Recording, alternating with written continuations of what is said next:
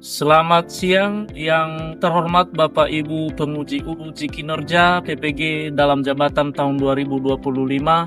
Perkenalkan, nama saya Sertifikat Romanus Gulu SAG, peserta uji kinerja B3 tahun 2025 dengan nomor peserta 1025 8406 188001. Nomor induk mahasiswa 253091593. Program studi Pendidikan Agama Katolik LPTK Sekolah Tinggi Pastoral Kateketik Santo Fransiskus Assisi Semarang. Saya akan melaksanakan praktek mengajar di SMA Negeri 1 Mandehe, Kecamatan Mandehe, Kabupaten Nias Barat, Provinsi Sumatera Utara di kelas 10 dengan materi aku pribadi yang unik. Berikut video pembelajaran saya. Selamat menyaksikan.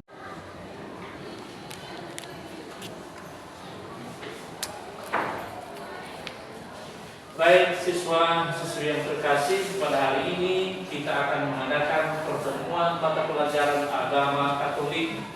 Dan sebelum kita melaksanakan pertemuan ini, maka terlebih dahulu marilah kita bernyanyi dan setelah itu nanti berdoa. Baik teman-teman semua, sebelum kita memulai proses belajar mengajar, mari kita bernyanyi dalam Yesus kita bersaudara. Dalam Yesus kita bersaudara. Dalam Yesus kita bersaudara. Dalam Yesus kita bersaudara sekarang dan selamanya. Dalam Yesus kita bersaudara. Semua mari kita berdoa. Dalam Bapa kita yang di surga. Bapa yang maha baik, kita tolong dipermuliakan oleh Bapa, bisa bersyukur atas berkat dan kemuliaan Engkau telah menyembuhkan hamba sehingga kita sampai. Bapa di surga, inilah kegiatan Amin.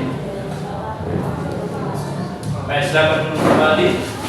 Terima kasih telah membawa kita dalam doa dan juga lagu rohani yang sangat luar biasa.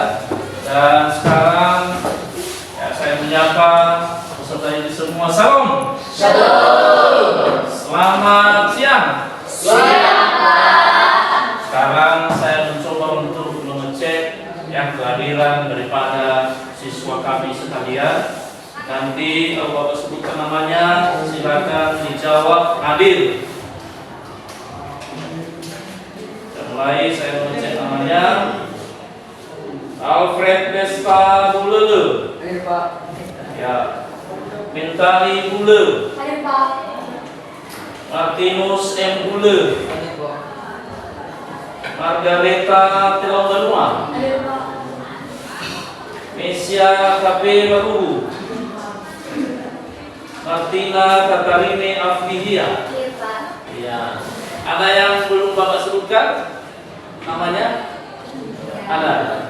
Tidak ada. Semua hadir? Hadir. Baik, terima kasih ya. Syukur kepada Tuhan bahwa hari ini kita hadir semua dengan sehat walafiat. Ada yang sakit? Tidak.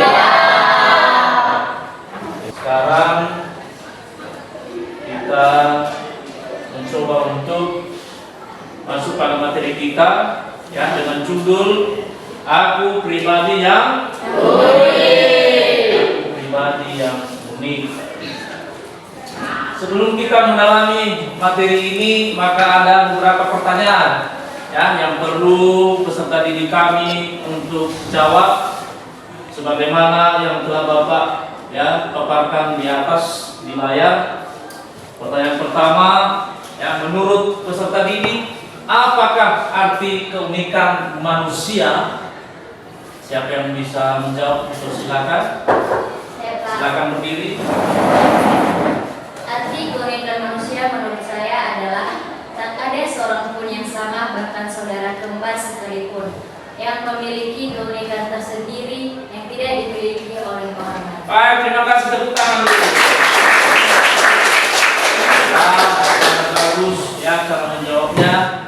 kita memberikan pertanyaan yang kedua.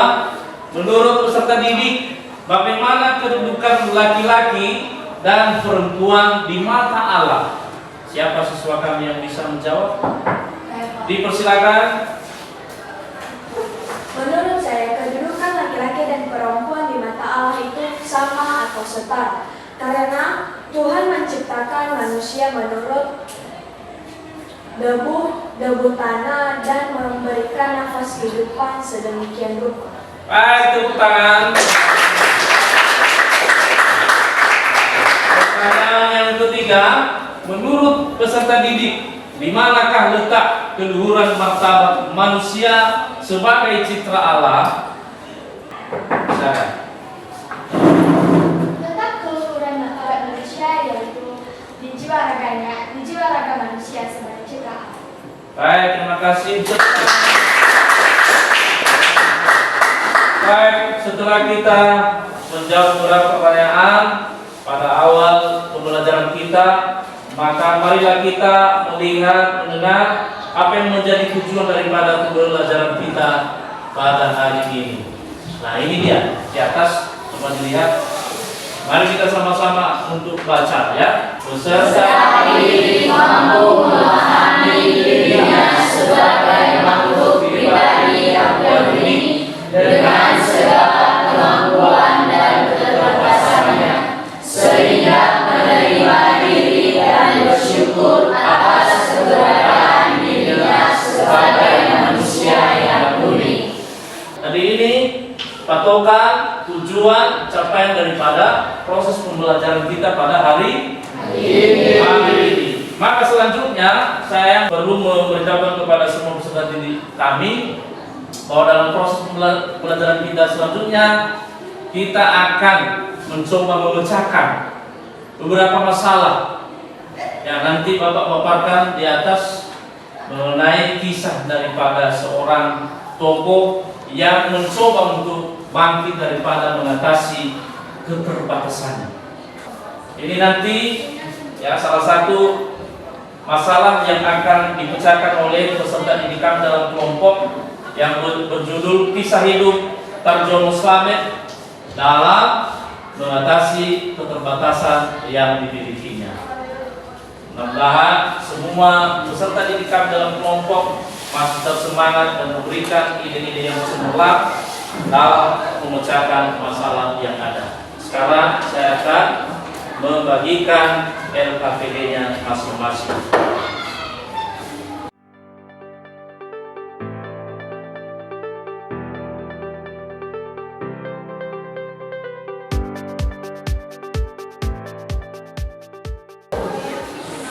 Baik, kepada peserta didik kami dipersilakan untuk bergabung dalam kelompoknya masing-masing dengan membentuk lingkaran di sekitar mejanya masing-masing. Dipersilakan.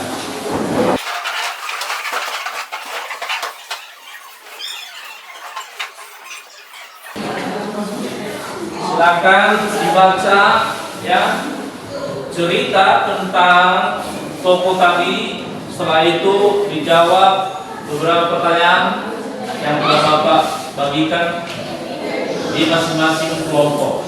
Ada juga di layar fokus di atas ya pertanyaannya bisa dilihat dan dipersilakan kepada siswa kami untuk menjawab.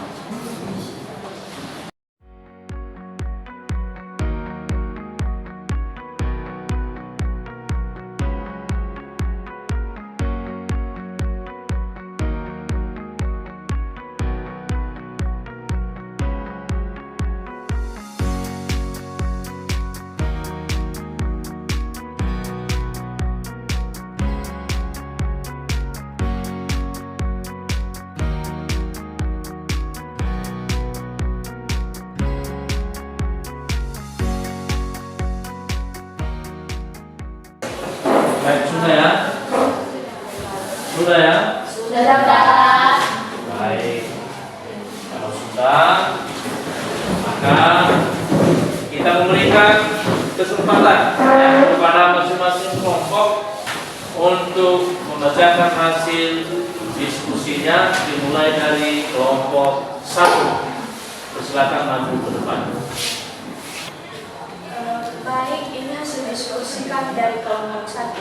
Pertanyaan pertama, bagaimana kesan kalian ketika membaca cerita di atas? Jawaban kami yaitu, kami merasa sedih mendengar cerita hidup Tarjono Slamet yang berjuang menghadapi masalah hidupnya yang banyak cobaan. Yang kedua, yaitu apa yang dialami oleh Tarjono Slamet dalam kisah di atas.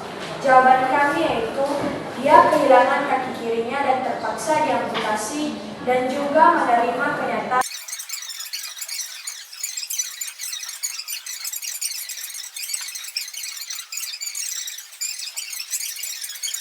dan masih butuh waktu 2 tahun untuk mengembalikan rasa percaya diri.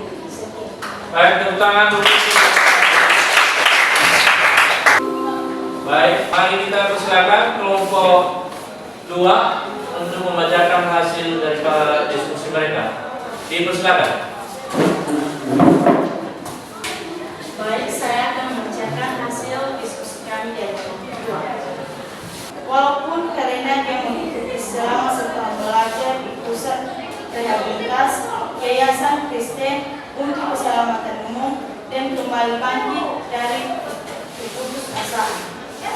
4. Nilai-nilai positif apa saja yang dapat kalian pelajari dari pribadi Tarjono Slamet, yaitu nilai agar tidak cepat putus asa dan bangkit lagi walaupun memiliki keterbatasan. Baik, tepuk tangan untuk baik, terima kasih. Kepala kelompok 3 dipersilakan. Baik, kami dari kelompok 3 akan membacakan hasil diskusi dari kami. Pertanyaan pertama, bagaimana kesan kalian ketika membaca cerita di atas? Kesan kami ketika membaca cerita di atas adalah kami merasa prihatin atas kemalangan yang telah menimpa Tarjono dan kedua temannya, yaitu mengalami kesetruman, kehilangan kaki kirinya dan 10 jari kanannya. Nomor soal keempat yaitu nilai-nilai positif apa saja yang dapat kalian pelajari dari pribadi Tarjono Slamet, yaitu nilai-nilai positif yang dapat kami ambil dari pribadi Tarjono Slamet yaitu tidak mudah putus asa, mau bangkit dari keterpurukannya, tak menjadikan keterbatasan sebagai patokan, dan yang keempat terus mencoba walau mengalami kegagalan. Baik, terima kasih. Ya, silakan kelompok yang terakhir, kelompok 4 dipersilakan untuk membacakan hasil diskusi dari. Baik, saya akan membacakan hasil diskusi kami, yaitu pertanyaan pertama, bagaimana kesan kalian ketika membaca cerita di atas? Jawabannya, kami kelompok 4 sangat prihatin apa yang telah dialami Tarjono Slamet karena kaki kirinya dan 10 jarinya tidak bisa digerakkan karena gangguan saraf. Kedua, apa yang dialami oleh Tarjono Slamet dalam kisah di atas? Tarjono telah mengalami kehilangan kaki kirinya yang terpaksa diamputasi dan 10 jarinya tidak bisa digerakkan karena mengalami gangguan saraf. Ia menggunakan sisa kakinya untuk mendirikan Shift Mandiri Craft. Baik, tepuk tangan. Ya, terima kasih untuk semua kelompok dari kelompok 1 sampai 4 sudah memaparkan apa yang menjadi hasil dari diskusi. Kalian semua menyambung tentang masalah yang dialami oleh Tarjono Slamet, di mana dia telah mengalami yang namanya kehilangan kaki dan juga jari-jari yang tidak bisa berfungsi karena gangguan saraf, yang pada akhirnya dia mampu untuk bangkit dari keterbatasannya itu, yang dia ubah keterbatasannya itu menjadi sebuah kekuatan dalam hidupnya. Dia tidak mudah putus asa, tapi dia selalu mencari cara, solusi untuk bisa bangkit dari semua kelemahan yang membuat dia tidak bisa bangkit dan tidak berdaya, yang pada akhirnya dia mampu untuk melakukan melalui itu semua. Oleh sebab itu, saya rasa ya kita perlu hidupkan suasana sejenak dengan melakukan gerakan-gerakan yang sudah kita siapkan di depan ini. Saya ajak semua untuk berdiri.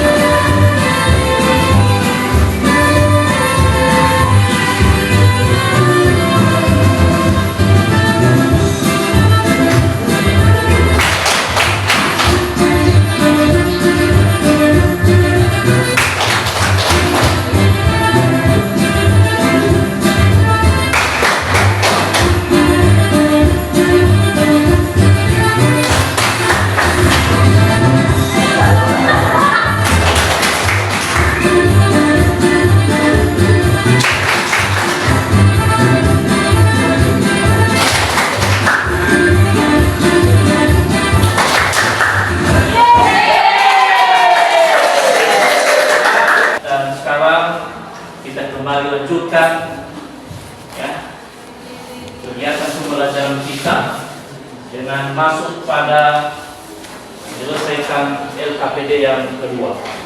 Saya akan bagikan kepada siswa kami. Jadi nanti ya dikerjakan lagi dalam kelompok. Saya harapkan dalam LKPD yang kedua ini bisa ada tanya jawab, ya.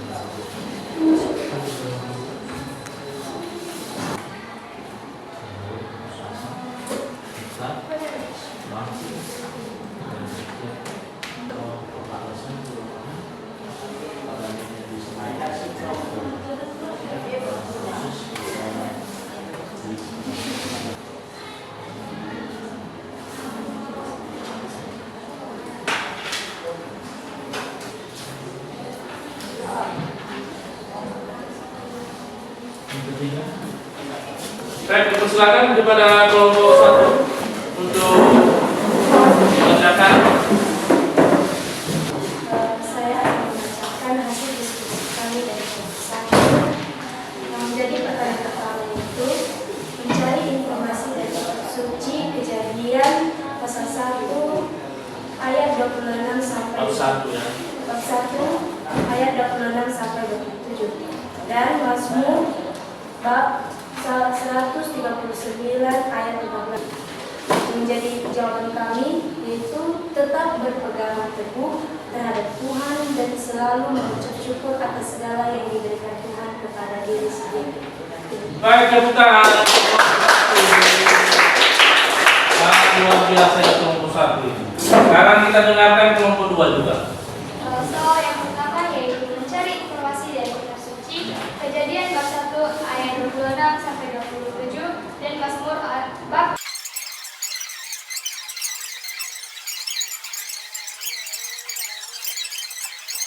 menerima diri dan bersyukur atas yang diberikan. Tepuk tangan. Terima kasih untuk kelompok 2. Sekarang kelompok 3. Silakan. Jawaban kami masuk menurut suci Kejadian 1 ayat 26 sampai 27. Manusia diciptakan sebagai citra Allah yang unik menurut gambar Allah sendiri, memiliki keunikan tersendiri yang ajaib dan jiwa yang benar-benar dari hal tersebut. 2. Mencari informasi dari buku siswa dan sumber lain yang relevan tentang konsep menikah diri, menerima diri dan cara mengatasi perasaan tidak puas terhadap diri sendiri. Solusi atas permasalahan yaitu berpikir bijak, tidak mudah putus asa, semangat dalam menghadapi keterbatasan, dan tetap berpegang teguh pada kehendak Allah. Tepuk tangan. Sekarang kelompok yang terakhir adalah kelompok 4. Silakan. Allah menciptakan manusia menurut gambar dan dipanggil sebagai citra Allah.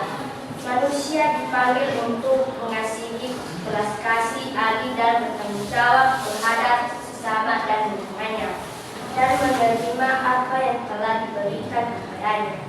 Tepuk tangan. Oleh sebab itu sedikit Bapak jelaskan ya kepada kita apa itu yang dimaksud dengan pengertian keunikan manusia. Ya, beberapa tadi sudah ada yang menjawab di pertama ya ketika ada pertanyaan. Nah, inilah dia di atas yang dimaksud dengan pengertian keunikan manusia. Satu orang membaca. Silakan. Setiap manusia adalah individu yang unik atau unik atau unus, yaitu satu, tidak ada satu orang pun yang mempunyai kesamaan persis dengan orang lain. Bahkan manusia kembar sekalipun selalu mempunyai perbedaan. Baik, inilah dia yang dimaksud dengan manusia yang unik. Nah, setelah kita mengenal apa yang disebut dengan keunikan manusia, maka mari kita melihat yang berikutnya. Allah menciptakan manusia. Nah, ini berarti manusia memiliki kemampuan untuk berpikir, merasa, dan bertindak secara moral yang mencerminkan sifat-sifat Allah. Jadi sebagai pribadi yang unik itu atau sebagai manusia yang unik itu, dia memiliki sifat-sifat Allah yang hidup dalam dirinya. Yang berikut harus bertanggung jawab. Membuang sampah sembarangan harus bertanggung jawab tentang kebersihan itu. Kita harus membuang sampahnya, kita buang di tempat yang sudah disediakan sehingga lingkungan kita bisa bersih dan terhindar dari segala penyakit. Ya. Yang berikut, apa yang menjadi kekuatan dan keterbatasan diri manusia? Seperti yang dialami oleh Tarjamah Islami tadi dalam cerita di NKPD pertama. Ini dia, setiap orang mempunyai kekuatan dan keterbatasan. Harus jelas itu, bahwa di setiap diri kita ini tidak pernah terlepas yang namanya kekuatan dan juga keterbatasan. Jangan pikir nanti saya hidup di dunia sebagai citra Allah, tidak ada kelemahan, tidak ada keterbatasan. Dua-duanya ada. Ada kekuatan, ada keterbatasan. Jadi itu hal alami dalam hidup kita yang harus kita terima.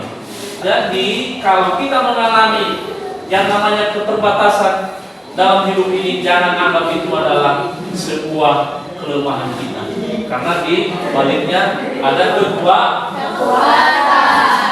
Ini tadi ya, tugas kita di soal yang kedua, di LKP yang kedua, menerima dan mensyukuri diri. Jadi sebagai seorang remaja perlu diajar untuk menerima diri dan mensyukuri hidupnya sebagai anugerah. Dalam hal ini tidak boleh putus asa. Ya, kalian ini remaja-remaja semuanya, ya, jadi harus bisa menerima diri, ya, apa adanya. Jangan nanti ketika kau bercermin di kaca, kenapa saya ini kecil sekali? Kenapa muka saya seperti ini? Kenapa hidung saya hanya segini? Maunya hidung saya ini mancung sampai 1 meter ke depan. Ya kan? Karena begitu saya malu berkumpul dengan teman-teman karena saya kurang cakep dan sebagainya. Jangan ada di hati seperti itu. Tapi kita harus belajar untuk bisa mensyukuri apa yang kita miliki. Yang berikut, penerimaan diri dan syukur itu sebenarnya akan mendorong untuk bersikap bertanggung jawab dan mengembangkan diri. Sudah jelas itu kan? Ketika ia bisa melihat diri secara benar, maka ia pun akan dapat menjalin relasi dengan sesama dengan baik pula. Mereka merasakan bahwa dirinya bukan lagi sesuatu, melainkan sebagai pribadi yang bernilai, baik bagi dirinya sendiri maupun orang lain. Sudah jelas itu? Sudah. Yang berikut, ubah sikap suka mencela diri sendiri menjadi analitis. Ya, sering-sering itu kan kita ini mencela diri kita sendiri, akhirnya kita sakit sendiri. Jadi jangan seperti itu. Yang berikut, ubah sikap impulsif menjadi spontan. Ya, kalau dikatakan bagaimana dirimu sekarang, hei sehat selalu, saya masih kuat, saya masih bisa dan sebagainya, itu spontan namanya. Jadi jangan begini terus. Udah paham semua? Baik, terima kasih. Maka kita akhiri pertemuan kita dengan pertanyaan refleksi. Ya, apa pertanyaannya?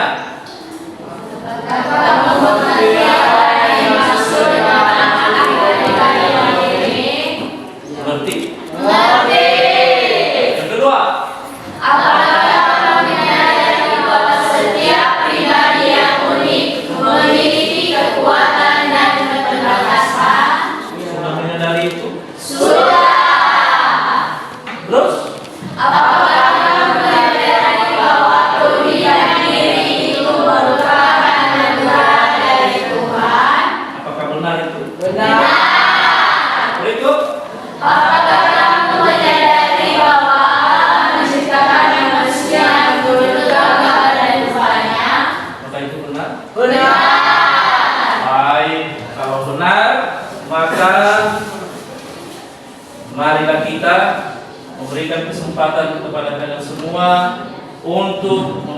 memberikan pertanyaan kalau ada.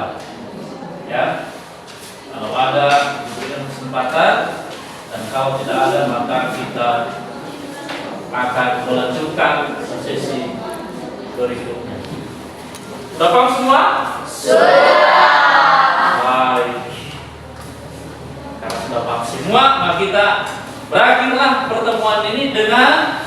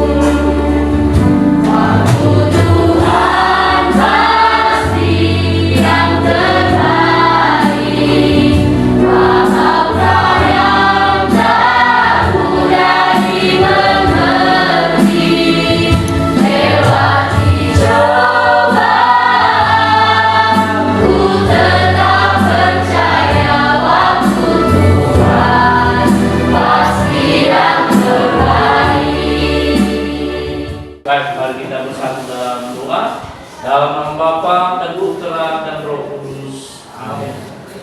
Bapa kami yang ada di surga, terima kasih Engkau telah menyertai, menolong, melindungi kami di sepanjang proses pembelajaran kami pada saat ini.